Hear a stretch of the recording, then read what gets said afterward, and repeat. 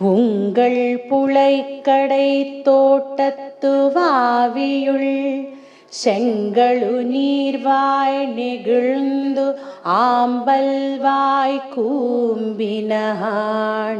செங்கல் பொடிக்கூரை வெண்பல் தவத்தவள் தங்கள் திருக்கோயில் செங்கிடுவான் போகின்றார்.